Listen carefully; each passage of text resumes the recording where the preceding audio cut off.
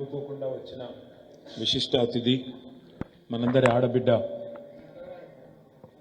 గతంలో 2014లో ఆసిఫాబాద్ ఎమ్మెల్యేగా పనిచేసి తర్వాత కేవలం 180 ఓట్లతో ఓడిపోయినారు తను అక్క లక్ష్మక్క.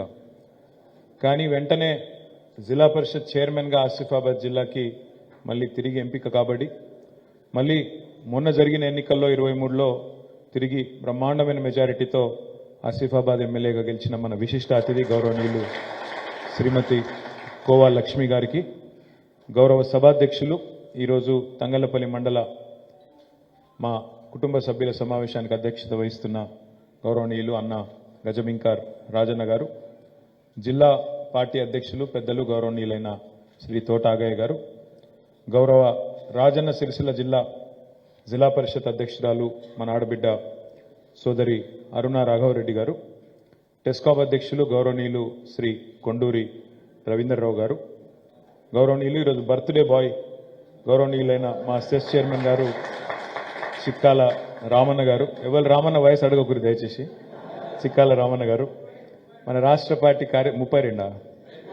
పార్టీ కార్యదర్శి గౌరవనీయులైన శ్రీ గూడూరి ప్రవీణ్ గారు, తంగళ్లపల్లి మండల ఎంపీపీ శ్రీమతి పడిగల మానస గారు, గౌరవ పార్టీ ఆవిర్భావం నుంచి ఈ మండలంలో మరి చురుకుగా ఉత్సాహంగా పనిచేస్తూ ఆనాడు 2001లోనే పార్టీ ఎంపీపీగా ఉండి మొన్న మార్కెట్ కమిటీ చైర్మన్గా కూడా పనిచేసిన సోదరి పెద్దలు అక్క సరస్వతి అక్క, వేదిక పైన ఆసీనులైన గౌరవనీయులైన జిల్లా పద్మశాలి సంఘం అధ్యక్షులు పెద్దలు అన్న గాజుల బాలయ్య గారు, గౌరవనీయులు ప్యాక్స్ అధ్యక్షులు సోదరులు సీనియర్ నాయకులు అన్న బండి దేవదాసన్న గారు, గౌరవనీయులు తమ్ముడు భాస్కర్ గౌడ్ గారు, మరో తమ్ముడు మిరాల భాస్కర్ యాదవ్ గారు, గౌరవనీయులు మరొక తమ్ముడు మదన్ గారు, గౌరవనీయులు మన సోదరులు మండల సర్పంచ్ల ఫోరం అధ్యక్షులు శ్రీ వేణుగోపాలరావు గారు, జిల్లా సర్పంచ్ల ఫోరం అధ్యక్షుడు తమ్ముడు మాటల మధు గారు, వేదిక పైన ఆసీనులైన తమ్ముళ్ళందరికీ, వేదిక ముందున్న నా కోసం ఈ ఎన్నికల్లో 5వసారి నన్ను ఎమ్మెల్యేగా గెలిపించే క్రమంలో నా కోసం మీరే అభ్యర్థులు అన్నంతగా మీదేసుకొని పనిచేసి నన్ను గెలిపించిన మీ అందరికీ పేరు పేరున నా తల వంచి శిరస్సు వంచి నమస్కారాలు ధన్యవాదాలు తెలియజేస్తూ, తంగళ్లపల్లి మండలంలో మంచి మరి గొప్ప పనితీరును కనబరిచి రామన్న అన్నాడు 18,000 ఓట్లు అనుకున్నాం 13,000 వచ్చినాయని, అయినప్పటికీ మరి కష్టపడి పనిచేసిన ప్రతి ఒక్క సోదరుడికి సోదరికి పేరు పేరున అందరికీ హృదయపూర్వకంగా నమస్కారాలు. మా పాత్రికేయ మిత్రులకు కూడా ప్రత్యేకంగా నమస్కారాలు. నిన్న భారత ప్రధానమంత్రి నరేంద్ర మోడీ గారు నిన్న మన తెలంగాణ రాష్ట్రానికి వచ్చినారు. ఆదిలాబాద్కి వచ్చిండు, ఆ తర్వాత మళ్ళీ ఈరోజు వెళ్ళిపోయినట్టున్నారు. ఒక దృశ్యం చూస్తే నిజంగా అర్థం కాలేదు. నా ప్రధానమంత్రి గారు వచ్చినప్పుడు ముఖ్యమంత్రి రేవంత్ రెడ్డి పోయి ఆయన రిసీవ్ చేసుకున్నాడు, సభలో పాల్గొన్నాడు, అక్కడి వరకు బాగానే ఉంది. మనం కూడా 2014 నుంచి 2021 వరకు మోడీ గారికి ఎంత గౌరవం ఇవ్వానో అంతకంటే ఎక్కువనే ఇచ్చినాం. మస్తుగా పోయినాం, మస్తుగా రిసీవ్ చేసుకున్నాం. మేము కూడా పోయి లైన్లు కట్టి నిలబడి ముఖ్యమంత్రి గారు ఆనాడు మంత్రులు తండోపతండాలుగా ఆయన పిలిస్తే మేము కూడా పోయినాం. 7 ఏళ్ల పాటు తండ్లాడినాం. కానీ నేను ఏమి అడుగుతాం, మొండి చేయి తప్ప ఏముండదు, అంత ఉతకేసే అని చెప్పి 21లో అర్థమైంది. అప్పటి నుంచి పోవుడు కూడా బంద్ చేసినాం. ఎందుకంటే ఈ పెద్ద మనిషి వస్తాడు, చేతులు ఉప్పుకుంటూ వస్తాడు, చేతులు ఉప్పుకుంటూ పోతాడు. అటు ఆంధ్రప్రదేశ్కి పోతే అమరావతి కొత్త రాజధాని కట్టుకుంటే అక్కడ తట్టెడు మట్టి లొట్టెడు నీళ్లు తెచ్చిండు తప్ప ఏమి ఇయ్యలే. మనకు కూడా 7 ఏళ్లలో ఏమి ఇయ్యలే. కాబట్టి నేను కలుసుడు దండుగా ఉతకేసి అని చెప్పి మనం పోవుడు బంద్ చేసినాం. సరే, ఈయన కొత్త మురిపం కాబట్టి నిన్న ఈయన పోయిండు, రేవంత్ రెడ్డి పోయిండు, రిసీవ్ చేసుకున్నాడు, సభలో కూడా కలిసి పాల్గొన్నాడు. అవన్నీ బాగానే ఉన్నాయి. కానీ బాధాకరమైన పరిస్థితి ఏంటంటే ఒక కొత్త రాష్ట్రంగా ఎంతోమంది ఆత్మ బలిదానాల తర్వాత, వీరోచిత పోరాటాల తర్వాత, రాజీనామాల తర్వాత ఢిల్లీ మెడలు వంచి సాధించుకున్న తెలంగాణను కేసీఆర్ గారి నాయకత్వంలో మనం గత 10 సంవత్సరాలుగా భారతదేశానికి ఒక ఆదర్శ రాష్ట్రంగా మార్చినాం. ఎన్నో రంగాలలో, 1-2 కాదు, ఎన్నో రంగాలలో భారతదేశమే తెలంగాణ ఆచరిస్తుంది, భారతదేశం అనుసరిస్తుంది అన్నట్టు what Telangana does today India does tomorrow అనే స్థాయికి గత 10 ఏళ్లలో మనం తీసుకొని పోయినాం. ఎక్కడ పోయినా మనం తెలంగాణ మోడల్ గురించి చర్చ. భారతదేశం అంతటా కూడా మంచినీళ్ళు ఇచ్చే పథకానికి స్ఫూర్తి హర్ ఘర్ జల్ అనే మోడీ గారి పథకానికి స్ఫూర్తి మన మిషన్ భగీరథ. భారతదేశం అంతటా అమృత్ సరోవర్ అనే ఒక పథకం పెట్టింది. ఏది మన చెరువులను బాగు చేసుకునే కార్యక్రమం. దానికి స్ఫూర్తి మన మిషన్ కాకతీయ. అదేవిధంగా భారతదేశం అంతా నగర వన్ అనే ఒక కార్యక్రమం పెట్టిండ్రు. దానికి స్ఫూర్తి మన అర్బన్ లంగ్స్ స్పేసెస్ పేరిట మనం హరితహారం ద్వారా తీసుకున్న కార్యక్రమం. అదేవిధంగా భారతదేశంలోని ఎన్నో కార్యక్రమాలు మన ఇండస్ట్రియల్ పాలసీ కావచ్చు, ఇంకోటి కావచ్చు, ఇవన్నీ దేశానికే స్ఫూర్తిదాయకంగా మారి ఇవాళ దేశంలోని ఎన్నో పథకాలు, ఉదాహరణకు రైతు బంధు మనం పెట్టిన పథకం 2016-17లో కేసీఆర్ గారు పెట్టిన పథకం, తర్వాత అది కేంద్ర ప్రభుత్వం పీఎం కిసాన్ అని చెప్పి కాపీ కొట్టి వాళ్ళు కూడా పెట్టుకున్నారు. అంటే దేశానికే ఆదర్శంగా మారింది తెలంగాణ మోడల్. తెలంగాణ మోడల్ అంటేనే ఇలా దేశంలోని వివిధ రాష్ట్రాలు, కేంద్ర ప్రభుత్వం కూడా కాపీ కొట్టే పరిస్థితి వచ్చింది. అట్లాంటిది ఈ ముఖ్యమంత్రి రేవంత్ రెడ్డి మోడీ గారిని బుట్టలేసుకోవడానికి, ఆయనను మచ్చిక చేసుకోవడానికి 4 మాటలు చెప్పి ఇచ్చుకం చెప్పి ఆయన ప్రాపకం కోసం నిన్న ఆయన ఏదో మస్కగొట్టాలని చెప్పి ఏం చేస్తున్నాడు, ఏమంటున్నాడు అట మాట్లాడుకుంటా. మొదటి పాయింట్ ఏంటంటే ఆయన అన్నట బడే బాయ్ అట, ఈయన చోటే బాయ్ అట. బడే భయ్యా చోటే భయ్యా, అది మన దగ్గర ఒక కహావట్ ఉంటుంది తెలంగాణలో. బడే మియాతో బడే మియా, చోటే మియా సుబానల్లా అని. ఆయన ఏం చేయలేదు, ఈయనేం చేయడు. గింతే ఒక దిక్కేమో ఆయన బడే బాయ్ అని ఆయన గురించి చెప్తాడు. రెండో సిగ్గు లేకుండా బాధ ఎక్కడ అనిపించిందంటే, సరే నీ బడే బాయ్ కావచ్చు, నువ్వు పాతకాలంలో బీజేపీలో పనిచేసినవని కాబట్టి నీకు ఉండొచ్చు ఆ గుల. గతంలో ఏబీవీపీలో పనిచేసినావు, ఆర్ఎస్ఎస్ పత్రికలలో పనిచేసినావు కాబట్టి, నీకు ఆ ప్రింటింగ్ ప్రెస్లో పనిచేసినావు కాబట్టి నీకు ఆ గుల ఉండొచ్చు ఎంతో కొంత. మా బడే బాయ్ అని పాత వాసనలు ఒకపోవచ్చు రేవంత్ రెడ్డికి. కానీ బాధ ఎక్కడ అనిపించిందంటే, ఏ ఆత్మగౌరవం గల తెలంగాణ బిడ్డ కూడా, ఆత్మగౌరవం ఉన్న ఏ తెలంగాణ బిడ్డ కూడా ఇవాళ తెలంగాణ మోడల్ గురించి చెప్తాడు కానీ, మా తెలంగాణ మోడల్ భారతదేశంలో నెంబర్ 1 మోడల్ అని చెప్తాడు కానీ, నీ గుజరాత్ మోడల్ని కాపీ కొట్టి నేను కూడా నా రాష్ట్రాన్ని మంచిగా వేసుకుంటాను అని చెప్తాడా? ఎంత ఘోరం అంటే, ఇదే ముఖ్యమంత్రి, ఇదే రేవంత్ రెడ్డి సరిగ్గా 3 నెలల కిందటనో 4 నెలల కిందటనో ఈయననే మాట్లాడింది, ఎవరో కాదు. ఏమున్నదా గుజరాత్ మోడల్? అదో మోడలా?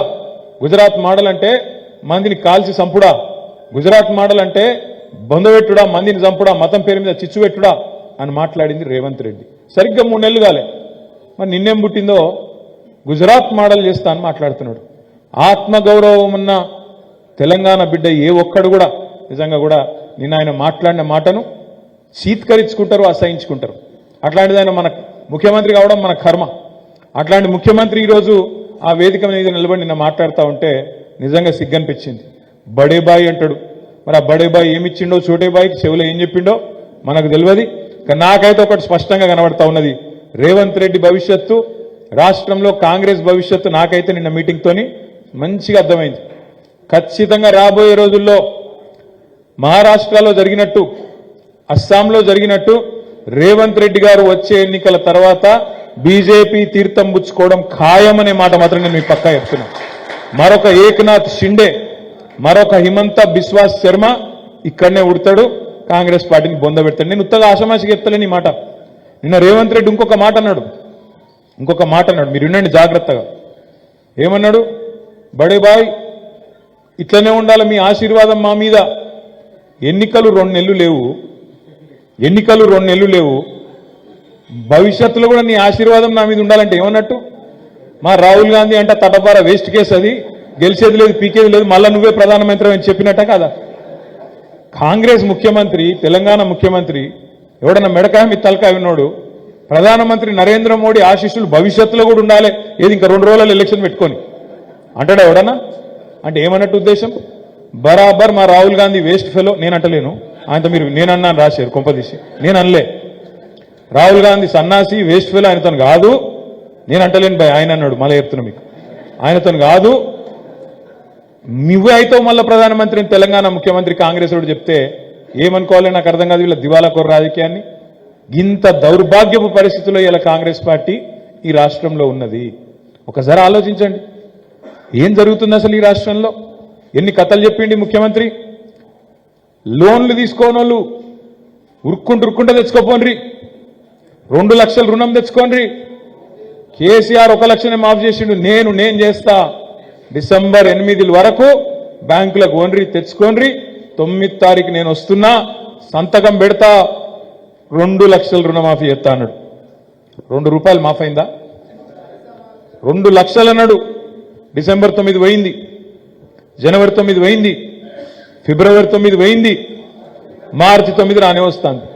ఏమైందా రేవంత్ రెడ్డి అంటే రేపో ఎల్లుండి అంటాడు, నేను డిసెంబర్ 9 2023 అని చెప్పినా, 28 అని చెప్పినా, 29 అని చెప్పినా అని అంటాడు. ఆయన మామూలుడు కాదు. నిజంగా తప్పు రేవంత్ రెడ్డిది కాదు. నిజంగా రేవంత్ రెడ్డి గారిని అభినందించాలి. ఒక విషయం రేవంత్ రెడ్డి గారిని ఒక విషయంలో అభినందించాలి. ఏ విషయంలో? ఆయన చాలా స్పష్టతలో ఉన్నాడు. ఎంత మంచి చెప్పిండు ఆయన. ప్రజలు మోసపోవాలనే కోరుకుంటారు, ప్రజలు మోసపోవాలనే కోరుకుంటారు, మోసం చేసేటోళ్ళనే నమ్ముతారు. టీవీలో చెప్పిండి, ఇదేం సాటమాటి కూడా చెప్పలే ఆయన. మోసం చేసేటోళ్ళనే నమ్ముతారు, కాబట్టి మేము మోసపు మాటలే చెప్తాం, మోసపోతే మీ కర్మ అన్నాడు. అందుకే ఇప్పుడు నేను అక్కడ పోయినా, నేను రామలక్ష్మణులపల్లి అని ఒక ఊరు ఉంటుంది ముస్తాబాద్ మండలంలో, ఆడికి పోయినా. అక్కడ రేణుకా ఎల్లమ్మ గుడి కడితే ఆడ దేవుడికి దండం పెట్టుకోమంటే పోయినా. పోయి బయటికి రాగానే 5-6 గ్రామాల రైతులు వచ్చిండ్రు. కొండాపూరోళ్ళు, పదిరోళ్ళు, రామలక్ష్మణుల పల్లెళ్ళు, ఆ చుట్టుపక్కల గ్రామాల రైతులందరూ, హరిదాస్ నగర్ వాళ్ళు, అందరు ఆవునూరు వాళ్ళు, వాళ్ళందరూ వచ్చిండ్రు. వచ్చి అన్న పంటలు ఎండిపోతాయి, పొలాలు ఎండిపోతాయి, జర నీళ్ళు ఇప్పి అన్నారు. ఏం చెప్పాలి నేను వాళ్ళకు? పొలాలు ఎండిపోతాయి, నీళ్ళు ఇప్పి అని అడిగారు. నేను ఒకటే అన్న వాళ్ళని, మీకు యాదికుందా కేసీఆర్ ఉన్నప్పుడేమో ఏప్రిల్ నెలలో ఎర్రటి ఎండల్లో నర్మాల చెరువు అలుగు దుంకుతుండే, మీకు యాదుకుందా అని అడిగిన. మరి ఇప్పుడెందుకు అయితలేదు, ఇప్పుడెందుకు దుంకుతలేవు చెరువులు అలుగులని అడిగిన. పాపం తెలియదు వాళ్ళకు. వాస్తవం ఏంటి అంటే, మీకు తెలుసు ఈ కాళేశ్వరం అనే ప్రాజెక్టు మీద విపరీతమైన చర్చ జరుగుతుంది ఇలా రాష్ట్రంలో. కాళేశ్వరం అంతా బేకార్ అయిపోయింది, కొట్టుకపోయింది, కేసీఆర్ 1,00,000 కోట్లు తిన్నాడు. ఇక ఎవడు పడతా వాడు ఎంత ఇష్టం వచ్చినట్టు మాట్లాడతాను.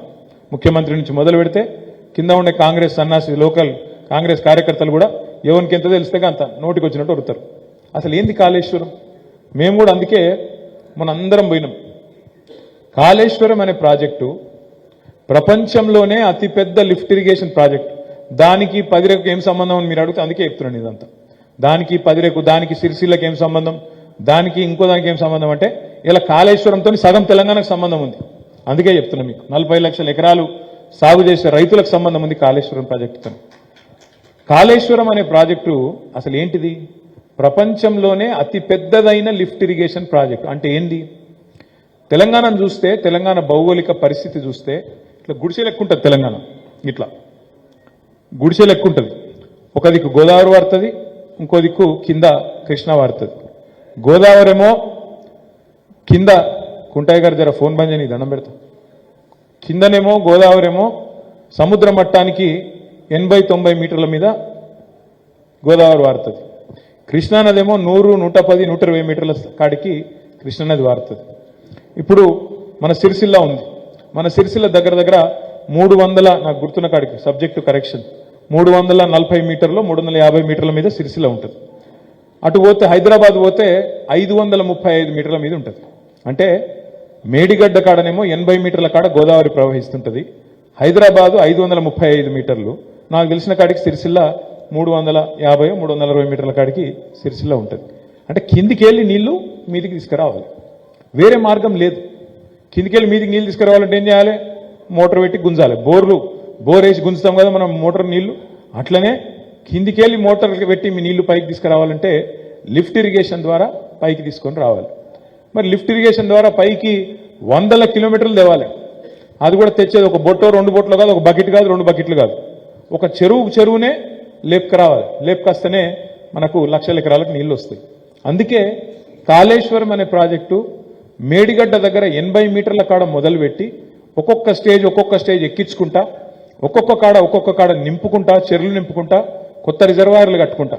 అందులో భాగమే మన అన్నారము, సుందిల్ల, మేడిగడ్డ, ఎల్లంపల్లి, ఆడికెళ్ళి మిడ్మానేరు తర్వాత అన్నపూర్ణ మీద రంగనాయక సాగరు, ఆ మీద మనకు మల్లన్న సాగరు, ఆ మీద 618 మీటర్ల స్థాయిలో కొండపోచమ్మ సాగరు. ఇక యువతలకి ఈ మల్క్పేట రిజర్వాయరు, అటు బస్వాపూరు, గంధమల్ల, ఇట్లా కలుపుకుంటే మొత్తం కాళేశ్వరంలో 100 భాగాలు ఉన్నాయి.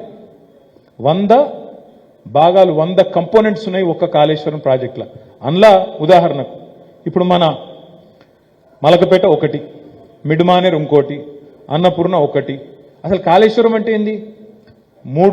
మూడు బరాజులు, మేడిగడ్డ బ్యారేజీ, అన్నారం బ్యారేజీ, సుందిల్ల బ్యారేజీ, 15 రిజర్వాయర్లు, మన మిడ్మానేర్ లాంటి రిజర్వాయర్లు, మన రాజరాజేశ్వర సాగర్ లాంటి రిజర్వాయర్లు 15, 21 పంప్ హౌజులు, ఎందుకంటే నీళ్లు లేపాలంటే పంప్ హౌజులు కావాలి కదా, పంప్ హౌజులు, 19 సబ్ స్టేషన్లు, పెద్ద సబ్ స్టేషన్లు. ఎందుకు? 440 కేవీ సబ్ స్టేషన్లు, 220 కేవీ సబ్ స్టేషన్లు. నీళ్లు లేపాలంటే మరి పవర్ కావాలి, కరెంట్ కావాలి. దాంతోపాటు 270 కిలోమీటర్ల సొరంగ మార్గాలు. ఉదాహరణకు మన మిడ్మానేర్ నుంచి మలక్పేటకు నీళ్ళు తీసుకుపోవాలి. అది మీదికుంటుంది, ఇది కిందికుంటుంది. ఎట్లా తీసుకుపోవాలి మరి? అయితే లిఫ్ట్ చేయాలి లేదా సొరంగంలో తీసుకుపోవాలి. మన మిడ్మానేర్ నుంచి మన తుమ్మల చెరువు నుంచి ఇవాళ మలకపేట చెరువుకు మనం టన్నల్ తవ్వినాం. 12-13 కిలోమీటర్ల టన్నలు ఇడికెళ్ళాడికి తవ్వి నీళ్లు తీసుకుపోతా ఉన్నాం. అట్లాంటి టన్నల్స్ కాళేశ్వరం ప్రాజెక్టులో దగ్గర 270 కిలోమీటర్లు ఉన్నది. అదేవిధంగా ప్రవాహ కాలువలు. ఇలా మీరు ముస్తాబాద్ మండలం పోయినా, ఎల్లారెడ్డిపేట పోయినా, తంగళ్లపల్లి పోయినా, ఎక్కడ పోయినా మీకు కాలువలు కనబడతాయి. ఏ కాలువలు అవి? ఈ కాళేశ్వరం నీళ్లను, ఈ గోదావరి నీళ్లను మన ఊర్లకు, మన పంట పొలాలకు, మన ఊరి చెరువు కాడికి తీసుకొచ్చే పెద్ద కాలువలు అవి, ఆ ప్రవాహ కాలువలు. అవి ఇప్పటికే మనం 1573 కిలోమీటర్లు తవ్వినాం. అంటే కాళేశ్వరం అంటే ఇవన్నీ కలిపితే కాళేశ్వరం. ఏనుగెళ్ళింది తోక చిక్కిందన్నట్టు 90-95% మనం పూర్తి చేసినాం పని కాళేశ్వరంలో. ఒక 5-10% ఆఖరికి ఆ చిన్న పిల్ల కాలువలు అవే ఒక కార్యక్రమం మాత్రం మిగిలింది. జరిగిందేంది? కాళేశ్వరంలో గింత కథ ఉంటే, గిన్ని భాగాలుంటే, ఒక్క దగ్గర 100 కంపోనెంట్స్లో ఒక్క కంపోనెంట్ మేడిగడ్డ. ఆ మేడిగడ్డలో కూడా 1.6 కిలోమీటర్ల పొడవు ఉండే బ్యారేజ్. ఆ బ్యారేజీలో 85 పిల్లర్లు ఉన్నాయి. 85 పిల్లర్లల్లా ఒక పిల్లర్ కుంగింది. పిల్లర్ నెంబర్ 20-21 అదొకటి కొద్దిగా లోపలికి పోయింది. దాన్ని పట్టుకొని మొత్తం 1,00,000 కోట్లు నాశనమైంది, గందరగోళమైంది. ఇదంతా ఎందుకు చెప్తున్నా అంటే, ఆ కుంగిన ఒక్క పిల్లర్ పట్టుకొని ఇలా గోదావరి నీళ్లను కిందికి సముద్రంలకు రోజు వృధాగా పోతుంటే కళ్ళ పగిచ్చి చూస్తున్నాడు రేవంత్ రెడ్డి. రోజుకు 5,000 క్యూసెక్కుల నీళ్లు కిందికి పోతున్నాయి. రోజుకు 5,000 క్యూసెక్కుల నీళ్లు వేస్ట్గా కిందికి పోతున్నాయి. అదే కేసీఆర్ ఉంటే ఏం చేస్తుండే ఈ పాటికి? ఆ పిల్లర్ ఎక్కడైతే కుంగిందో దాని చుట్టూ ఒక కత్వ గట్టి, కత్వ అంటే ఎరికే కదా, కత్వ అంటే ఒక దాన్ని ఏమంటారు మనం, కాఫర్ డ్యామ్ అంటారు, ఇంగ్లీష్లో కాఫర్ డ్యామ్ అంటారు. దాన్ని గట్టి అటు ముఖాన నీళ్లు పోకుండా చేస్తాం. అంతే కత్వ అంటే ఏం పాడైంది? కట్టలెక్క గట్టి, కరకట్ట లెక్క గట్టి అటు ముఖాన నీళ్లు పోకుండా చేసి, మిగతా నీళ్ళని ఏవైతున్నదో ఒక రింగు బండు లెక్కేసి, ఆడవసరమైతే ఒక్క పంపన్న చాలు చేసి పైకి అన్నారంలకు, ఆ పైకి సుందిలకు పోసి, ఆడికెళ్ళి మల్లన్న సాగర్కు తీసుకుపోయి మల్లన్న సాగర్ నుంచి కుడలిలో వస్తే, కుడలిలోకెళ్ళి నర్మాల చెరువు, నర్మాల చెరువులకెళ్ళి మొత్తం మానేరు వారుకుంటూ వచ్చి మన పదిరా, మన కొండాపూరు, మన రామలక్ష్మణపల్లి, మన ఆవునూరు, మన కట్కూరు, ఈ పొలాలు ఎండకుండా కాపాడే దమ్ము దక్షత ఉన్న నాయకుడు మన కేసీఆర్. ఇక వాళ్ళకి అవంతా నేను చెప్పలే, ఇంత కథ చెప్పలే నేను. ఇక ఎందుకు నీళ్ళు వాళ్ళు వచ్చి అడుగుతాను ఏమని, అన్న మా పొలాలు ఎండిపోతున్నాయి, జర చూడమంటే ఏం చెప్పాలి? ఈ సన్నాసులకు తెలివి లేదు, ఈ ప్రభుత్వానికి తెలివి లేదు. కక్ష కట్టినరు వాళ్ళు. కేసీఆర్ కట్టిన ప్రాజెక్టు కాళేశ్వరం. ఈ కాళేశ్వరంలో మంచి జరిగితే కేసీఆర్కి పేరొస్తుంది. కేసీఆర్ అంటే ఆయన 24 లక్షల టన్నుల వరి వండే తెలంగాణను 3.5 కోట్ల టన్నుల వరి వండే తెలంగాణగా చేసిన మాట వాస్తవం కాదా? ఇది రైతులకు తెలియదా? కేసీఆర్ రాకముందు 3 లక్షల ఎకరం ఉన్న పొలం ఇలా 30 లక్షలు కాలేదా? ఇది వాస్తవం కాదా? ఆనాడు 50,000 ఎకరం ఉన్న పొలం ఒక ఎకరం ఇలా 5 లక్షలు కాలేదా? ఇది వాస్తవం కాదా? అసలు ఎక్కడ ఉందా తెలంగాణలో 5 లక్షలకు ఎకరం? మన సిరిసిల్ల ఎకరం 20 లక్షలకు తక్కువ ఉందా? ఉతనే పెరిగిందా? మరి చూమంతారంటే కేసీఆర్ అంటే ఆయన ఏం చేయకుండానే, కాళేశ్వరం కట్టకుండానే మాటలతో డైలాగులు కొడితే, స్పీచ్లు కొడితే అయిపోయిందా? ఈయనకేమో తెలియదు ముఖ్యమంత్రికి. పోనీ తెలుసుకుందామన్న జ్ఞానం లేదు. ఎట్లుందంటే ఇలా ఆయనకు రైతుల, ఇప్పుడు కేసీఆర్ మీద కోపము, కాళేశ్వరం మీద కోపము రైతుల మీద దిస్తాడు. పంట పొలాలు ఎండిపోతున్నాయి ముఖ్యమంత్రి గారు, తర్వాత చూసుకుందాం, నువ్వైతే ముందు ఆ రిపేర్ మొదలుపెట్టు, వర్షాకాలం లోపల రిపేర్ పూర్తి చెయ్యి, నీళ్ళేవయా స్వామి అంటే అది రాదు. ఇంకా ఘోరం చెప్తా మీకు, ఇంకా ఎంత దుర్మార్గం అంటే, ముఖ్యమంత్రి అట్లున్నాడు అనుకుంటే కింద వాళ్ళు కూడా అట్లే పాడాయి. ఇక్కడ ఒక ఆయన ఉన్నాడు సిరిసిల్ల కాంగ్రెస్ నాయకుడు, నా మీద 4 సార్లు ఓడిపోయింది. ఇక ఆయనకు ఏమైందో మరి ఎక్కడ లేని అహంకారం వచ్చింది ఒకటేసారి. వాళ్ళ కాంగ్రెస్ గవర్నమెంట్ వచ్చేందో కానీ కళ్ళు నెత్తికెక్కినాయి. నేను మంత్రిగా నేను 10 ఏళ్ళు పనిచేసిన, నేను కూడా ఎన్నడూ అట్లా మాట్లాడలే. నిన్నగాక మొన్న ఇక్కడ ఒక విలేకరి, ఒక తమ్ముడు, ఒక ఆయన విలేకరి ఏం చేసిండు, ఇక్కడ ఒక పద్మశాలి సోదరుడు నేత కార్మికుడు బతుకమ్మ చీరల ఆర్డర్లు లేక, ఎందుకంటే మన గవర్నమెంట్ ఉంటే మనం ఫిబ్రవరిలోనే ఆర్డర్ ఇద్దాము, జనవరిలో ఆర్డర్ ఇద్దాము, మా గూడూరు ప్రవీణ నన్ను సాగొట్టి జల్దీ జల్దీ జల్దీ అని ఇస్తుంటే అయిపోతుండే. ఈసారి వీళ్ళు ఇయ్యకపోతే ఒక నేత కార్మికుడు ఆయన పాపడాలు అమ్ముతున్నాడు అని చెప్పి ఇక్కడ ఒక విలేకరి, ఒక సోదరుడు జర్నలిస్టు దాన్ని ఒక కథనంగా రాసిన దాని పాపానికి ఈ మహేందర్ రెడ్డి ఫోన్ చేసి అంటాడు ఆయనకు. నేను కూడా విన్నా, నిన్న ఫస్ట్ టైం ఆశ్చర్యం అనిపించింది, ఇప్పుడే ఇంత కణకవరమా అని. ఏమంటాడు, ఇన్ని రోజులు దొబ్బి తిన్నది సాలేదా నేతన్నలు అట, ఇన్ని రోజులు దొబ్బి తిన్నది సాలేదా, అయినా పాపడాలు అమ్ముకున్నాడు, నీరోజు ప్యాకెట్లు అమ్ముకున్నాడు, నువ్వు చూసినావా? గింత బలుప వచ్చి అధికారంలోకి వచ్చి 100 రోజులు కాలే, గిన్ని బల్పు మాటలా, గింత బల్పా? నీ ముఖ్యమంత్రి ఏమో కేసీఆర్ మీద కోపము, మా పార్టీ మీద కోపం రైతుల మీద తీసుకుంటాడు. నువ్వేమో నీకు ఓట్లు వేయలేదు సిరిసిల్ల పట్టణంలో పద్మశాలీలు నేతన్నలని చెప్పి బతుకమ్మ చీరల ఆర్డర్లు రద్దు చేసి ఇలా వాళ్ళు నిరోధ ప్యాకెట్లు పాపడాలు అమ్ముకునే స్థాయిలో ఉన్నారని చెప్పి హేళనగా మాట్లాడతావా? అసలు ఒక మనిషి అంటోడు మాట్లాడతాడు ఇట్లాంటి మాటలు? నువ్వు ఒక నాయకునివా? నీకు అసలు ఇంగిత జ్ఞానం ఉందా?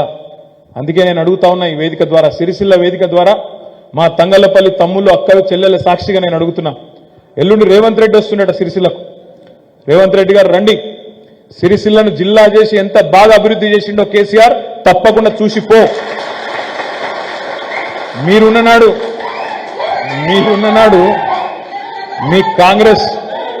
మీ కాంగ్రెస్ ప్రభుత్వం ఉన్నప్పుడు సిరిసిల్లను ఉరిసిల్ల చేసింది మీరు. ఆనాడు నేత కార్మికుల ఆత్మహత్యలకు పేరు పడ్డ సిరిసిల్ల.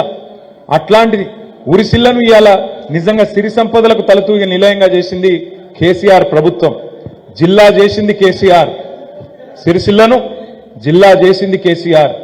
ఇక్కడ అద్భుతంగా గవర్నమెంట్ మెడికల్ కాలేజ్ పెట్టింది కేసీఆర్, గవర్నమెంట్ ఇంజనీరింగ్ కాలేజ్ పెట్టింది కేసీఆర్, వ్యవసాయ కళాశాల పెట్టింది కేసీఆర్, ఇక్కడ నర్సింగ్ కళాశాల పెట్టింది కేసీఆర్, వ్యవసాయ పాలిటెక్నిక్ కళాశాల పెట్టింది కేసీఆర్.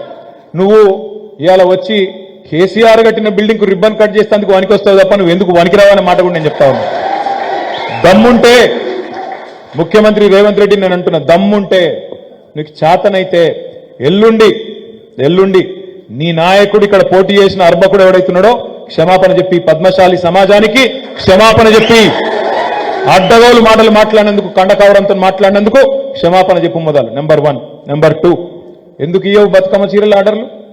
నీకు సిరిసిల్ల అంటే అంత చిన్న చూపుకుందా? ఇక్కడ నేతన్నలంటే అంత చిన్నగా కనబడుతుండ్రా? రాష్ట్రం మొత్తంలో ఎక్కడున్నారండి పవర్ లూమ్ వీవర్స్? ఒక్క సిరిసిల్లనే ఉన్నారు. అంటే ఊకుంటాం అనుకున్నావు ఏంది? నువ్వు సిరిసిల్ల నేను వస్తా, మాట్లాడతా, ఊకదంపుడు ఉపన్యాసం ఇస్తా, పీకుతా అనుకుంటే ఊకోం. తప్పకుండా ఖచ్చితంగా సిరిసిల్ల నేతన్నలను ఆదుకోవాలి. బతుకమ్మ చీరలు కాదు, ఇంకా ఎక్కువ ఆర్డర్లు ఇవ్వాలి. మేము బతుకమ్మ చీరలు ఆర్డర్లు ఇచ్చినాం, నువ్వు ఎక్కువ పని పెట్టు. మీ కాటన్ పరిశ్రమను కూడా ఆదుకో. చేతనైతే మేము ఒక్క మంచి పని చేస్తే నువ్వు 2 మంచి పనులు చేసి ప్రజల మనసు గెలుచుకో. సన్నాసి పనులు చేయకు. నా మీద కోపం, సిరిసిల్ల మీద కోపం ఇక్కడ నేతన్నల మీద తీర్చుకోకు. ఇది మంచి పద్ధతి కాదు. కేసీఆర్ మీద కోపమేమో రైతన్నల మీద తీర్చుకుంటావు, నా మీద కోపమేమో నేతన్నల మీద తీస్తావు, సిరిసిల్ల నేతన్నల మీద. ఇది ఏ పద్ధతి? ఏ ముఖ్యమంత్రి ఉండి నేను అడుగుతున్నా. ఇంకా సిగ్గులేదు వాళ్ళకి నిజంగా కూడా చెప్పాలంటే. ఎంత బాధ అనిపిస్తుంది అంటే, బతుకమ్మ చీరలు ఆర్డర్లు ఇయ్యరు, మీదికెళ్ళి దొబ్బి తిన్నది సాల్ లేదా అని మాట్లాడతాడు. ఎవడా దొబ్బి తిన్నది? నీ కాంగ్రెస్ వాళ్ళు దొబ్బి తిన్నారు. అధికారంలో 50 ఏళ్ళ నుండి పందికొక్కుల్లాగా దోచుక తిన్నది మీరు. దొబ్బి తిన్నదని ఎవరిని మాట్లాడుతున్నావు? మన నేతన్నలను. అందుకే నేను అనేది, మహేందర్ రెడ్డి గారు అధికారంలోకి రాగానే కన్నులు ఎత్తికెక్కి నోటికొచ్చినట్టు మాట్లాడుతున్నావు. పద్ధతి మార్చుకో, మంచిది కాదు. అధికారంలోకి రాగానే 100 రోజులకే గింత టెంపర్ వస్తే ఎట్లా? కొన్ని అధికారంలో నువ్వు వచ్చినావా? నువ్వు గెలిచినావు? వీడేమన్నా నువ్వు ఎమ్మెల్యేవా? 4 సార్లు ప్రజలు ఓడగొట్టిరు, ఇంకా బుద్ధి రాలేదు. దానికి కూడా ఇంకా పెద్ద పెద్ద మాటలు. అందుకే నేను అనేది, ఇప్పటికైనా బుద్ధి తెచ్చుకోండి, మర్యాదగా మాట్లాడడం నేర్చుకోండి. ఇంకొక మాట కూడా నేను అడుగుతా ఉన్నా, ఆలోచించమని కోరుతున్నా. ఇప్పుడే లక్ష్మక్క అన్నది, నిజంగా సిగ్గు శరం ఏం లేదు. ఇప్పుడు ఇక్కడ ఈయన వస్తాడు రేవంత్ రెడ్డి, ఇక ఆయనలో వచ్చి రిబ్బన్ కట్ చేస్తాడు. మనం కట్టిన బిల్డింగ్ సున్నాలు మరి ఆయన సున్నం వేస్తేందుకు వస్తుండే, ఎందుకు వస్తుందో తెలియదు కానీ వచ్చి రిబ్బన్ అయితే కట్ చేస్తాడు. ఇక తెల్లారు చూడాలి వీళ్ళ కాంగ్రెస్ లో బిల్డప్. మావోడే కట్టిండు. ఎప్పుడు వచ్చి ఎప్పుడు కడితివి? ఏం సంగతి? ఎంత సిగ్గులేనితనం అంటే ఇప్పుడు ముస్తాబాద్ పోతే ముస్తాబాద్లో చెప్తాను అక్కడనట ముస్తాబాద్ చెరువుకు అంటే కుడెల్లి వాకిలి మల్లన్న సాగర్కి వెళ్ళి మనం నీళ్లు విడుదల చేయించినందుకు మొన్న టీఎంసీ నీళ్ళు వచ్చినాయట. దానికాడ రేవంత్ రెడ్డికి పాలాభిషేకాలట. ఏం చేసిండని పాలాభిషేకాలు? ఆ నీళ్లు మల్లన్న సాగర్ కట్టింది కేసీఆర్, కుడెల్లి వాగుల నీళ్లు నింపుడు నేర్పింది కేసీఆర్. మొన్న టీఎంసీ నీళ్లు ఇస్తానట, దానికి పాలాభిషేకాలట. ఇంకా విచిత్రం ఏంటంటే నాకు నిజంగా ఆశ్చర్యం అనిపిస్తున్నది. ఇంత సిగ్గులేనితనం నిజంగా అది గొప్ప లక్షణం. రాజకీయాల్లో సిగ్గులేనితనం అనేది చాలా గొప్ప లక్షణం. అది రేవంత్ రెడ్డికి ఉన్నంత గొప్పగా ఆ లక్షణం ఇంకోళ్ళకి లేదు. ఎందుకంటే నాకు గమ్మత్ అనిపిస్తుంది. ఆయన వచ్చిండు ఇంక 80-90 రోజులు అయిందా సార్? ఎన్ని రోజులే? 90 రోజులు అయినట్టుంది. ఇంకో 10 రోజులు అయితే 100 రోజులు నిండుతుంది. ఆ తర్వాత ప్రజలు చూసుకుంటారు. అయితే నాకు గమ్మత్ ఎక్కడ అనిపిస్తుందంటే మందికి పుట్టిన బిడ్డలు మా బిడ్డలు అని చెప్పుకున్నందుకు కూడా సిగ్గుపడతలేడు ఆయన. మందికి పుట్టిన బిడ్డలు నా బిడ్డలు అని చెప్పుకున్నందుకు సిగ్గుపడతలేడు. నేను 15,750 పోలీసు ఉద్యోగాలు ఇచ్చిన అంటాడు. నేను ఒక్కటే ప్రశ్న అడుగుతున్నా, ఇక్కడున్న మా తమ్ముళ్లను, పత్రికల ద్వారా చూస్తున్న మా టీవీల ద్వారా చూస్తున్న మా తమ్ములను అడుగుతున్నా, రేవంత్ రెడ్డి వచ్చినాక ఒక్క నోటిఫికేషన్ అని ఇచ్చిండా? మరి ఆడికెళ్ళి వచ్చే ఉద్యోగాలు పెళ్లే కాకపోయా, పిల్లలు ఆడికెళ్ళి ఉట్టిరి. 15,750 పోలీసు ఉద్యోగాలు కేసీఆర్ గారి టైంలో రిక్రూట్మెంట్ అయిపోతే కాగితాలు నువ్వు ఇచ్చి పోజులు నువ్వు కొడితే ఎట్లా బ్రదర్? రెండోది 5,962 నర్సు ఉద్యోగాలు నువ్వు ఇచ్చినావు నోటిఫికేషన్. యాడికెళ్ళి వచ్చినాయి? మరి సిగ్గు లేకుండా ఏం చెప్తున్నాడు తెలుసా కదా ముఖ్యమంత్రి? ఈనాడు పేపర్లో పెద్ద ప్రకటన చూసినాడు, 30,000 ఉద్యోగాలు ఇచ్చినట్ట ముఖ్యమంత్రి. యాడికెళ్ళి ఇచ్చినావు? అంటే ఎంత సిగ్గులేనితనం అంటే, ఎంత దివాలాకోర రాజకీయం అంటే 2 లక్షల ఉద్యోగాలు ఇస్తా అన్నాడు సంవత్సరంలో. ఇప్పుడు ఏం చేస్తాడు? కొత్త కథ, ఈ 30,000 ఉద్యోగాలు అలా కల్పించకరన్నట్టు. ఇదంతా పాత ఉద్యోగాలు ఇలా కలిపి ఇగో 30,000 ఉద్యోగాలు ఇచ్చేసినా ఇక 1,70,000 మిగిలినాయి, మిగతా నేను ఇయ్యా. ఆ 1,70,000 కూడా ఏమైతే చూద్దాం. నేను అనేది ఒకటే, మీ అందరినీ కోరేది ఒకటే, ఈ ముఖ్యమంత్రి గారి రంగు, కాంగ్రెస్ పార్టీ యొక్క పొంగు మొత్తం ప్రజలకు ఇప్పటికే అర్థమైంది. చాలా మంది పాపం కాంగ్రెస్ కోటేషన్ వాళ్ళు కూడా కాంగ్రెస్ కోటేషన్ వాళ్ళ గురించి చెప్తున్నాను. నేను తేలుగుట్టిన దొంగ లెక్క అయిపోయింది పరిస్థితి. బయటికి ఏమైనా అందామంటే బాధ ఉన్నది, చెప్పుకుంటే ఎజ్జత్ పోయేటట్టుంది, చెప్పుకోవసి పోయేటట్టుంది. ఎట్లుందంటే చాలా చాలా ఘోరంగా ఉంది. చెప్దాము పోని మార్పు అని ఎగబడి ఓటేసారు. ఓటేసి ఇప్పుడు వెనకకి తిరిగి చూస్తే రైతు బంధు పడతలేదు. ఇప్పుడు మన మీటింగ్లో 2 సార్లు కరెంట్ వాయే. ఎవరికి చెప్పుకోవాలి బాధ? నీళ్లు లేవు, తాగుతందుకు నీళ్లు లేవు, మోటార్లు కాలబట్టే టైంకి ఏది రాకపోయి. ఇప్పుడు మా అక్క చెప్పింది, తులం బంగారం అంటే బంగారం లేదు, మన లేదు. ఇవన్నీ చూస్తాండ్రు, ఏమనాలో కక్కలేక మింగలేక, అరే అమ్మ వీని మోటెత్తిమి, గెలిపించుకుంటే మోసపోతే ఏం చేస్తాం అని చెప్పి కింద మీద పడతాను. అందుకే మనం చేయవలసిందల్లా ఒకటే, దయచేసి నేను మిమ్మల్ని కోరేది, పెద్దలు చెప్తారు, ఎక్కడ కోల్పోయిన దాన్ని అక్కడనే దేవులాడుకోవాలి, అక్కడనే ఎత్తుక్కోవాలి. మొన్న ప్రజలలోనే మనకు ఓట్లు కొంత మైనస్ అయినాయి సిరిసిల్లలో. అందుకే ఇంతకుముందు ఆగన్న చెప్పిండు, రవీంద్రరావు గారు చెప్పిండు, మళ్ళా మనం కరీంనగర్ పార్లమెంట్ గెలవాలంటే కంపల్సరీ 50,000 ఓట్ల మెజారిటీ మన సిరిసిల్ల నుంచే మనం తెచ్చుకోవాలంటే జర్ర తంగలపల్లిలో మీరు లేపాలి. జర తంగలపల్లిలో సౌండ్ పెంచాలి, మూత పెంచాలి, లొల్లి పెట్టాలి, కొద్దిగా పెంచాలి. ఎందుకు పెంచాలి? పోయినప్పుడు అడగాలి మీరు. కాంగ్రెస్ వాళ్ళేమో పచ్చి మోసగాళ్ళు అన్న మాట ఇప్పటికే అర్థమైంది. రైతు భరోసా అన్నాడు. ఏమన్నాడు అడిగిన పెద్ద మనిషి? కేసీఆర్ బిచ్చం లెక్క 10,000 ఎత్తాడు, 15 రోజులు ఆగుండ్రి నేను 15,000 ఇస్తా అన్నాడా? వచ్చిందా రైతు భరోసా? ఆ 10,000కే దిక్కులేదు. కొత్త 15,000 కాదు, 10,000కే దిక్కులేదు ఈ రోజుకి. ఇక రైతు బందే మొత్తం కాలే. ఇక రెండోది, కాంగ్రెస్ వాళ్ళ కథనేమో అర్థమైంది, వాళ్ళ వ్యవహారం అర్థమైపోయింది, ప్రజలు మోసపోయింది అనేది అర్థం చేసుకున్నారు. ఇక బీజేపీ, ఇక ఈ మహానుభావుడు మన ఎంపీ గారి గురించి ఎంత చెప్పుకున్నా తక్కువనే. కరీంనగర్ ప్రజల యొక్క ఇజ్జత్ను ఎన్ని రకాలు తీయాలనో అన్ని రకాలుగా తీసిండి. నేను ఇప్పటికే దేశ స్థాయిలో ఎన్ని రకాలుగా మన పరువు గంగల కలపాలనో అన్ని రకాలు కలిపిండు. ఒక్క పని నువ్వు చెప్పు నాకు, కరీంనగర్ పార్లమెంటులో గత 5 ఏళ్లలో బండి సంజయ్ అనే ఎంపీ ఏం చేసిండు, ఏం పని చేసిండు, దయచేసి చెప్పాలని చెప్పి నేను కోరుతా ఉన్నా. చెప్పులు మోసిండా? అమిత్ షా గారి చెప్పులు మోసుడు తప్ప నువ్వు చేసిన గొప్ప పని ఏందో దయచేసి చెప్పు స్వామి, మాకు తెలియదు. ఎందుకంటే ఒక్క గుడి కట్టలే, తెల్లారలేస్తే ధర్మం కోసం దేశం కోసం అంటాడు. కొన గుడి కట్టిండా? గుడి కట్టలే. ఒక్క బడి కట్టిండా? బడి కట్టలే. ఏం చేసిండు? మాట్లాడితే ఒకటే డైలాగ్ తెలుసాను, ఏ వారం అన్నా ఈరోజు ఏం దేవుడు అన్న ఈరోజు ఏ వారం ఇయ్యాలేం వారం రేపేం వారం ఇయ్యాలేం దేవుడు రేపేం దేవుడు మంగళవారం హనుమంతుడు మనకెరికే గురువారం సాయిబాబా మాకు కూడా తెలుసు ఇక అది నువ్వు చెప్పేది మాకు అర్థం కాదు మాకు ఎంపీగా ఉన్నా దానికి క్యాలెండర్ కొనుక్కుంటే అయిపోయాయి ఇక ఆయన మళ్ళీ ఎంపీ ఇక ఆయన మళ్ళీ తెల్లారులేస్తే ఒకటే బొబ్బ చలో మసీదులు చదువుదాం శవం వెళ్తే మాది సరే శవం వెళ్తే మీది శివం వెళ్తే మాది గివిటికి ఎంపీగా ఉన్నా మనకు నాకు తెలియకడతా అరే ఒక బడి గురించి ముచ్చట్లేదు ఒక గుడి గురించి ముచ్చట్లేదు ఒక హాస్పిటల్ గురించి ముచ్చట్లేదు ఒక రైలు గురించి ముచ్చట్లేదు రోడ్డు గురించి ముచ్చట్లేదు అభివృద్ధి ఆనవాళ్లు లేవు 5 ఏళ్లలో పీకిందేమి లేదు మళ్ళీ నాకు ఒకటి ఏమని సిగ్గు లేకుండా తిరుగుతుండు ఇంకేమంటాడు ప్రజా సంకల్ప యాత్ర అనట ఏం సంకల్పం ఎవరి కోసం సంకల్పం అడగాలి దయచేసి ఆలోచన చేయాలి ఏమనంటే రామ్ మందిర్ ఇంకోటి ఆ ఫోటోలు కట్టి ఇంటింటికి పంపుతానట్టు వచ్చినాయి అందరికీ వచ్చినాయా మంచిగా భద్రంగా పెట్టుకున్నారు ఇంట్లో ఎట్లయిపోయిందంటే ఈ బండి సంజయ్ పరిస్థితి బీజేపీ పరిస్థితి ఎట్లయిపోయిందంటే వెనకటికి ఒక ఆయన వాళ్ళ ఇంట్లో తేలు వచ్చిందట తేలును కొడదాం అని చెప్పి ఎత్తుకుతాడు చంపుదామని తేలు పడితే చంపాలి కదా మరి ఎత్తుకుతాడు ఆయన తదువై ఏం చేసింది దేవుని పటం మీద కూర్చుంది ఏం చేయాలి మరి దేవుని పటం మీద కూర్చుంటే అది మొక్కాలనే తేలును కొట్టరాదు కొట్టి చంపుదామంటే కూడా చంపరాదు దేవుని మీద పోయి కూర్చున్నది ఇలా బీజేపీ పరిస్థితి అట్లే ఉంది దేవుణ్ణి అడ్డం పెట్టుకోవాలి రాజకీయం చేయాలి నువ్వేం చేసినావు అంటే ఏం లేదు మేమేమే పెబ్బెబ్బే కరీంనగర్కి ఏం చేసినావు నాకు తెలియదు నీకు తెలియదు కానీ ఆయనకన్నా తెలుసా అంటే అంతకంటే తెలియదు మోడీ ఏం చేసిండు దేశానికి ఎవరికి తెలియదు మొన్న ద్వారకల నీళ్ళ లోపల పోయి అదేదో పెట్టిండు అయితే ఏంది పోయి అయితే దేశానికి ఏం చేసిన 2 కోట్ల ఉద్యోగాలను సంవత్సరానికి ఏమా చెప్పడు మొత్తం భారతదేశాన్ని ఇచ్చేస్తా అన్నాడు 2022 కల్లా ప్రతి ఇంట్లో నల్ల ప్రతి మనిషికి ఇల్లు ఏమాయ మరి అవన్నీ అవి ఏం చెప్పడం రైతుల ఆదాయం డబల్ 2022 ఏమాయ ఇవేమన్నా చేసిండా ఇవేవి చేయలేదు అందుకే ఏం చేయాలి ఏదో ఒక డ్రామా చేసి తెల్లారులేస్తే ఒక విచిత్ర వస్త్రధారణ రకరకాల తిరుగుడు రకరకాల డైలాగులు ఇవి తప్ప చేసింది మాత్రం సున్నా దయచేసి నేను మా తమ్ముళ్ళని చెల్లెలను కూడా కోరుతున్నా ఒక చదువుకున్న వ్యక్తి యోగ్యుడు విద్యావంతుడు మన తరపున పార్లమెంటులో ఢిల్లీలో ఉండే పెద్ద పెద్ద లీడర్లైనా సరే పెద్ద పెద్ద సిపాయిలైనా సరే వాళ్ళ మెడలు వంచే సత్తా ఉన్న నాయకుడు మన వినోద్ కుమార్ గారు వారిని మంచిగా ఈసారి ఓట్లతో దీవించి గెలిపించుకుందాం ఈ ఆగమాగం లోడలోడ సప్పుడు గలకు మోసపోకుండ్రి ఆగం కాకుండ్రి తిట్టుడు ఎంతసేపు నాకు రాదా తిట్టుడు వాళ్ళకంటే దాటిగా వాళ్ళకంటే బ్రహ్మాండంగా నాకు కూడా తిట్టేస్తుంది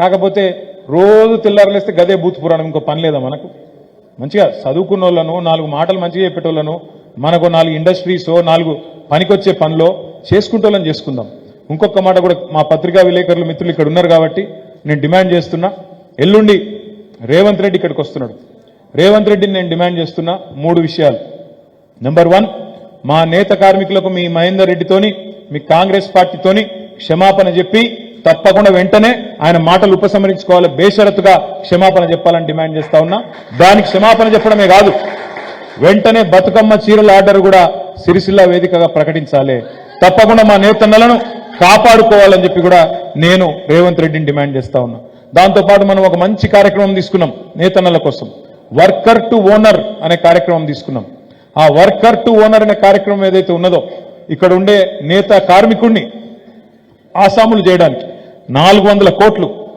ఖర్చు పెట్టి ఇవాళ మీరు ఆ బైపాస్ దిక్కు పోయినట్టయితే మీకు కనబడతాయి పెద్ద ఎత్తున మొత్తం నిర్మాణాలు పూర్తి చేసిన పెద్దూరు పరిధిలో బ్రహ్మాండమైన apparel park worker to owner programme కింద నిర్మాణాలు పూర్తి చేసినాం రేవంత్ రెడ్డిని నేను డిమాండ్ చేస్తున్నా ఎందుకంటే నాకు సమాచారం ఉంది ఈ ప్రభుత్వం నేత కార్మికుని ఆసామి చేయడంలో వాళ్ళకి ఆసక్తి లేదు వాటిని వేలం పెట్టాలి అమ్మేయాలి ప్రైవేటర్లో కన్నా ఆలోచనలో ఈ ప్రభుత్వం ఉన్నట్టుగా నాకు డిపార్ట్మెంట్లోని కొంతమంది అధికారులు చెప్తా ఉన్నారు అందుకే నేను రేవంత్ రెడ్డిని డిమాండ్ చేస్తున్నా ఏ ఉద్దేశంతోనైతే మంచి సదుద్దేశంతోనైతే ఒక కార్మికుడిని ఓనర్ చేయాలి కార్మికుడిని 4-5 సాంచలకు 8 సాంచలకు ఓనర్ చేయాలని చెప్పి మా ప్రభుత్వం ఆనాడు కేసీఆర్ గారి నాయకత్వంలో నిర్ణయం తీసుకుందో దాన్ని తప్పకుండా కొనసాగించాలి లేకపోతే వదిలిపెట్టమనే మాట కూడా నేను వారికి డిమాండ్ చేస్తా ఉన్నా మూడవది మలకపేట రిజర్వాయర్ కట్టినాం ట్రయల్ రన్ కూడా పూర్తయింది మొత్తం పూర్తయింది దాన్ని మరి మళ్ళా కాళేశ్వరం రిపేర్ పేరు మీద మేడిగడ్డ బరాజు పేరు మీద డ్రామా కొట్టకుండా డ్రామా చేయకుండా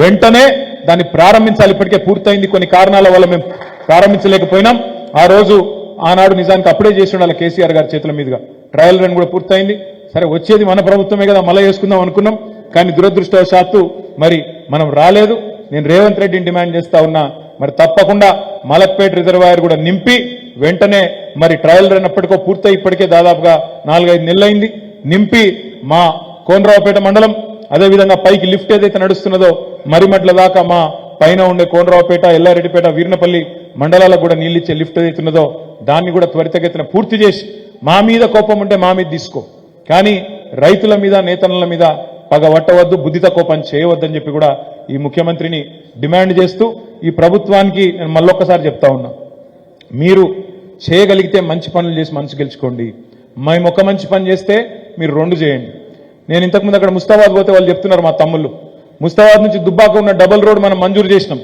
టెండర్ అయింది అగ్రిమెంట్ అయింది పని చాలు చేయాలి వర్షకాలం లోపల పని పూర్తి చేయొచ్చు కానీ ప్రభుత్వం రాగానే క్యాన్సిల్ చేసినారు నల్గొండ కోమటిరెడ్డి వెంకటరెడ్డి గారి కాన్స్టిట్యున్సీకి తీసుకొని పోయిండు ఇంతకంటే దౌర్భాగ్యం ఉంటుందా దుబ్బాకల టీఆర్ఎస్ ఎమ్మెల్యే ఉన్నాడు ఇక్కడ సిరిసిల్ల టీఆర్ఎస్ ఎమ్మెల్యే ఉన్నాడు వీళ్ళకెందుకు అని చెప్పి ఇది క్యాన్సిల్ చేసి ఇలా నల్గొండ గుట్టపోయింది ఇంతకంటే హీనమైన పని ఉంటుందా మీరు చేతనైతే మేము 14 కోట్లు ఇస్తే నువ్వు 28 కోట్లు మనసు గెలుచుకో ప్రజలది గా పని చేయాలి నేను ఒక్క పని చేస్తే నువ్వు 2 పనులు చేయి నేను ఒక్క బతుకమ్మ చీరలు ఆర్డర్ ఇస్తే నువ్వు ఇంకొక ఆర్డర్ ఈ పెద్ద ఆర్డర్ నేను సంవత్సరానికి 400 కోట్ల ఆర్డర్ ఇస్తే నువ్వు 800 కోట్ల ఆర్డర్ నేను వద్దంటున్నా అట్లా గెలుచుకోవాలి కానీ పిలిచి బెదిరించుడు ఆసాంలను పిలిచి బెదిరించుడు నేతన్నలను పిలిచి బెదిరించుడు మీ పాత బకాయిలు రావని బెదిరించుడు నేను ఇంకొక మాట కూడా డిమాండ్ చేస్తా ఉన్నా రేవంత్ రెడ్డిని మీరు వెంటనే పాత బకాయిలు కూడా విడుదల చేయండి దాదాపు 200 కోట్ల బకాయిలు ఉన్నాయి అవి కూడా రేపు మీరు వచ్చే లోపలనే విడుదల చేసి మా నేత కార్మికులను ఆదుకోవాలని చెప్పి కూడా మరి మా నేతన్నల తరఫున సిరిసిల్ల ఎమ్మెల్యేగా డిమాండ్ చేస్తూ తంగళ్లపల్లి సోదరులందరికీ ఒకటే విజ్ఞప్తి మనం 12 తారీఖు నాడు కరీంనగర్లో కథనబేరి అనే కార్యక్రమాన్ని గౌరవనీయులు మన పెద్దలు మన పార్టీ అధ్యక్షులు కేసీఆర్ గారు ఆయనకు సెంటిమెంట్ కరీంనగర్లో ఎస్ఆర్ఆర్ కాలేజీలో ఏ ప్రోగ్రాం ప్రారంభించినా విజయవంతమవుతుంది అనేది మన సెంటిమెంటు అందుకే 12 తారీఖు నాడు ఎస్ఆర్ఆర్ కాలేజీ మైదానంలో మధ్యాహ్నం 3:30-4 గంటల ప్రాంతంలో కరీంనగర్ కథనబేరి పేరిట బహిరంగ సభ జరుగుతుంది మనందరం కూడా మన నియోజకవర్గం నుంచి మన తంగలపల్లి మండలం నుంచి కూడా పెద్ద ఎత్తున తరలిపోవాలా ఆగన్న రాజన్న మల్ల మీతను కూర్చొని గ్రామాల వారీగా మరి ఎంతమంది మనం జన సమీకరణ చేసుకుందాం ఎట్లా పోదాం ఇవన్నీ కూడా మాట్లాడుకుంటాం మీ అందరితో నా ప్రార్థన 12 తారీఖు నాడు ఆ కార్యక్రమాన్ని విజయవంతం చేయాలి రెండోది రేపు కూడా ఒక కార్యక్రమం ఉంది నిరసన కార్యక్రమం దాన్ని కూడా విజయవంతం చేసుకోవాలా ఈ ప్రభుత్వం రాకముందు కాంగ్రెస్ వాళ్ళు ఆపోజిషన్లో ఉన్నప్పుడు పెద్ద గొంతేసుకొని మాట్లాడింది ఆనాడు ఎల్ఆర్ఎస్ అనే స్కీమ్ తెచ్చినాం మనం లేఅవుట్ రెగ్యులరైజేషన్ స్కీమ్ అని తీసుకొస్తే ఇదే కాంగ్రెస్ వాళ్ళు ఉత్తమ్ కుమార్ రెడ్డి గారు మాట్లాడింది నో ఎల్ఆర్ఎస్ నో టీఆర్ఎస్ మేము వస్తున్నాం కాంగ్రెస్ వస్తుంది మీకు ₹1 ఫీజు లేకుండా మేం చేస్తాం ఎల్ఆర్ఎస్ మొత్తం రెగ్యులరైజేషన్ మేం చేస్తాం అన్నాడు అందుకే ఒక ఉత్తమ్ కుమార్ రెడ్డి కాదు కోమటిరెడ్డి వెంకటరెడ్డి గారు అయితే ఆనాడు ఎంపీ హైకోర్టుకు పోయి పిల్లేసిండు బట్టి గారు అసెంబ్లీలో లొలిపెట్టిండు కట్టొద్దు ఎవరు రుసుమన్నాడు సీతక్క గారు కూడా ప్రజల రక్తమాంసాలు వీలుస్తున్నది గవర్నమెంట్ అని ఆనాడు మనం తిట్టింది రేవంత్ రెడ్డి గారు అయితే ఇంకా ఎటకరంగా మాట్లాడిండు ఇక ఎల్ఆర్ఎస్ కాదు రేపు ఎంఆర్ఎస్ కూడా పెడతాడు కేసీఆర్ మ్యారేజ్ రెగ్యులరైజేషన్ స్కీమ్ కూడా పెడతాడు పైసల కోసం అని మాట్లాడిండు మరి ఇలా నేను రేవంత్ రెడ్డిని అడుగుతున్నా ప్రభుత్వాన్ని అడుగుతున్నా మిమ్మల్ని అందరినీ కూడా కోరుతున్నా 25,44,000 మందికి సంబంధించిన సమస్య ఇది ఒకరిద్దరిది కాదు ఎల్ఆర్ఎస్ కోసం 25,44,000 మంది దరఖాస్తులు పెట్టుకున్నారు ఈ ప్రభుత్వం యొక్క ఆలోచన ఏంటంటే ఒక్కొక్క కుటుంబం మీద ₹1,00,000 భారం వేయాలి 20,000 కోట్లు వసూలు చేయాలి మార్చి 31 లోపల అని టార్గెట్ పెట్టుకున్నారు దిగువ మధ్య తరగతి ప్రజలు ఎవరికైతే మీరు మాటలు చెప్పి మోసం చేసినరో ఎవరికైతే ఫీజు కట్టాల్సిన అవసరం లేదు ఫ్రీగా చేస్తాం అని మాటలు చెప్పినరో ఆనాడు ఉత్తమ్ కుమార్ రెడ్డి ఇలా ఉత్తమ్ కుమార్ రెడ్డి గారిని కూడా అడుగుతున్నా రేవంత్ రెడ్డిని కూడా అడుగుతున్నా మీరు ఇచ్చిన మాట నిలబెట్టుకోండి ఎల్ఆర్ఎస్ ఫ్రీ అన్నారు మీరు అందుకే రేపు మనం సిరిసిల్ల జిల్లా కేంద్రంలో ఆగన్న గారి నాయకత్వంలో చక్రపాణి గారి నాయకత్వంలో మన అన్నలందరి నాయకత్వంలో రేపు ధర్నా కార్యక్రమం కూడా ఉంటది ఎల్ఆర్ఎస్ ఫ్రీగా చేయాలి ఇచ్చిన మాట నిలబెట్టుకోవాలని చెప్పి 25,44,000 కుటుంబాల తరపున ప్రధాన ప్రతిపక్షంగా మన పార్టీ రేపటి రోజున ధర్నా కార్యక్రమం తీసుకున్నది 7 తారీఖు నాడు కానీ 8 తారీఖు నాడు కానీ ఎందుకంటే 7 ఇక్కడ ముఖ్యమంత్రి ప్రోగ్రాం ఉంది కాబట్టి 8 తారీఖు నాడు మరి మన ముఖ్య నాయకులందరూ కూడా పోయి ఏం కాదు అర్ధగంట సేపు మా దొరుకుతాడు ఆయన కలెక్టరు అర్ధగంట సేపు మా దొరుకుతాడు 8 తారీఖు నాడు శివరాత్రి నాకు తెలుసు అర్ధగంట సేపు పట్టుకొని ఆయన కలెక్టర్కి పోయి విజ్ఞాపన పత్రం ఇవ్వడం ఎందుకంటే అన్ని జిల్లాల్లో 7 తారీఖు నాడు చేస్తున్నారు ఇక్కడ 7 తారీఖు నాడు ముఖ్యమంత్రి పర్యటన ఉంది కాబట్టి 8 తారీఖు నాడు మనం కలెక్టర్ గారికి కూడా పోయి ఎల్ఆర్ఎస్ ఫ్రీగా చేయాలని చెప్పి ప్రభుత్వం ఇచ్చిన మాట నిలబెట్టుకోవాలి గతంలో కాంగ్రెస్ అనే మాటను డిమాండ్ చేస్తూ అది కూడా కార్యక్రమం ఉంటుంది. అందులో కూడా దయచేసి మీరు పాల్గొనాలని నా విజ్ఞప్తి. పార్టీ కార్యక్రమం అంటే మనందరం వస్తేనే పార్టీ కార్యక్రమం విజయవంతమవుతుంది. దయచేసి నాకు వ్యక్తిగతమైన పని ఉంది, అది ఉంది, ఇది ఉంది అనకుండా దయచేసి తప్పకుండా అందరు కూడా వచ్చి జిల్లా కేంద్రంలో జరిగే కార్యక్రమాన్ని విజయవంతం చేయండి. ప్రజల్లో మళ్ళీ తిరిగి మనం గెలుచుకోవాలంటే, వాళ్ళ అభిమానాన్ని తిరిగి గెలుచుకొని భారీ మెజారిటీ సాధించాలంటే తప్పకుండా ప్రజల పక్షాన పోరాడాలి, ప్రజల పక్షాన నిలబడాలి. వాళ్ళకి ఏ సమస్య వచ్చినా, ఎల్ఆర్ఎస్ కావచ్చు, ఇంకోటి కావచ్చు, తప్పకుండా వారి పక్షాన నిలబడవలసిన బాధ్యత మన మీదనే ఉంటుంది. నేతన్నల సమస్య కావచ్చు, రైతన్నల సమస్య కావచ్చు, ఆటో కార్మికుల సమస్యలు కావచ్చు, మహిళల సమస్యలు కావచ్చు, ఇంకోటి కావచ్చు. మిమ్మల్ని అందరినీ కోరేది ఒకటే, 12 మీటింగ్ విజయవంతం చేసుకుందాం, రేపు ధర్నా విజయవంతం చేసుకుందాం. కరీంనగర్ పార్లమెంటు మీద మళ్ళీ గులాబీ జెండా ఎగిరేసే విధంగా బ్రహ్మాండంగా అందరం కూడా కష్టపడి పనిచేద్దామని చెప్పి మీకు విజ్ఞప్తి చేస్తూ, మరి తంగళ్లపల్లి మండల కార్యకర్తల సమావేశాన్ని బ్రహ్మాండంగా నిర్వహించిన మా రాజన్న గారికి ధన్యవాదాలు. ఇప్పుడు అంకసాపురంలో చాకల ఐలమ్మ గారి, చిట్యాల ఐలమ్మ గారి విగ్రహావిష్కరణ ఉంది. ఆ కార్యక్రమానికి పోయేది ఉంది కాబట్టి దయచేసి ఇప్పటికే ఆలస్యమైన 4 గంటలకు వస్తా అని చెప్పిన, పోయేందుకు పర్మిషన్ ఇవ్వాలని చెప్పి కూడా కోరుతూ, జై తెలంగాణ.